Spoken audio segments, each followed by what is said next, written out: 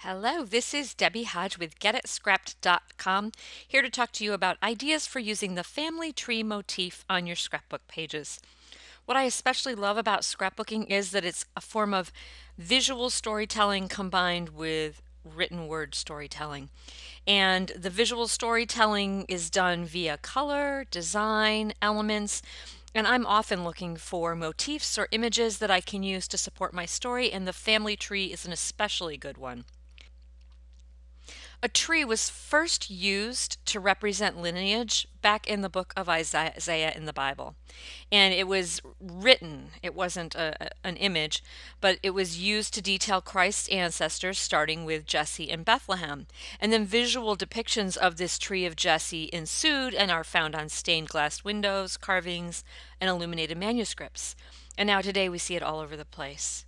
This motif endures both because it's practical and decorative. The trees and its branches and leaves and roots offer endless creative opportunities and make it really well suited to scrapbook page storytelling.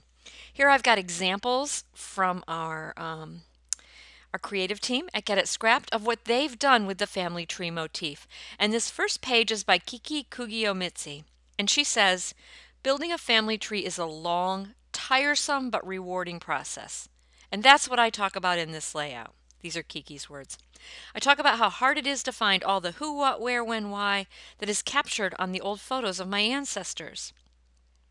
So what Kiki did was create a general family tree by painting with watercolors. The branches form family names that appear again and again in her family tree, and the stamped leaves are like bubbles enclosing stories of a person's life. She says, I haven't actually written stories in those bubbles. I used a script stamp to represent these stories.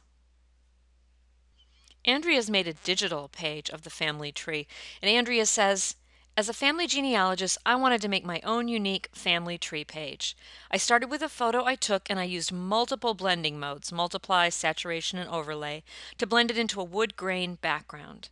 To continue with the wood theme, I used a wooden frame for each photo. I altered a copy for the double photos. Chain and screw additions create the appearance of the framed photos being attached to the wood background. Take a look at how Andrea has done this. She said that she adjusted the coloring of some of the photos for a cohesive look, and she added a sepia tone to some and a color overlay. To complete the page, says Andrea, I added my favorite quote, also blended into the grooves of the wood. Here's another digital page, this one by Audrey Tan. And Audrey says of the page, this page is about my immediate family tree. I didn't go into full detail, but rather chose to show my family, brothers, and my husband's side. She said she used a tree as a background image, and you can see a brush of a tree in the background, a digital rendering of a tree. And then she overlaid a family tree schematic with square boxes for each family member's photo. Audrey says, I converted all photos to black and white for a more uniform look. Notice she's got some great quotes down here too. She's got, when you look at your life, the greatest happiness is our family happiness. And also, the family is one of nature's masterpieces, which is a nice connection to the tree. Here's a really different approach by Katie Scott on pop culture family tree. Katie said, while researching my family history, I discovered connections to pop culture celebrities, and I scrapbooked that here. Here's what Katie said about how she made the page. I used circle print pattern paper combined with pinked circles because they generate an association for me of pop. I wanted a random but connected group of circles, so I placed the largest first and then worked in the smaller ones. The colors in the background pattern paper were my guide for a color scheme. I grabbed a bunch of paper scraps and die cut the layered circles. This is a great stash busting project, and it's really fun. If you take a look, you can see how she's connected Orson Welles, Dick Van Dyke, and Taylor Swift and other celebrities to her own family. This page is by Terry Billman. This is a digital page, and she says of it, this page not only depicts our family tree, the journaling explains why our family tree is so small. I created the background with a photo of an over 100-year-old oak tree. So this background here is her own actual photo. It's not any kind of a digital product. She applied a watercolor treatment to the photo and then converted it to sepia. Terry says, in order to provide a small amount of color, I layered the photo and blended just a small amount of color on the treetop and the bottom of the photo.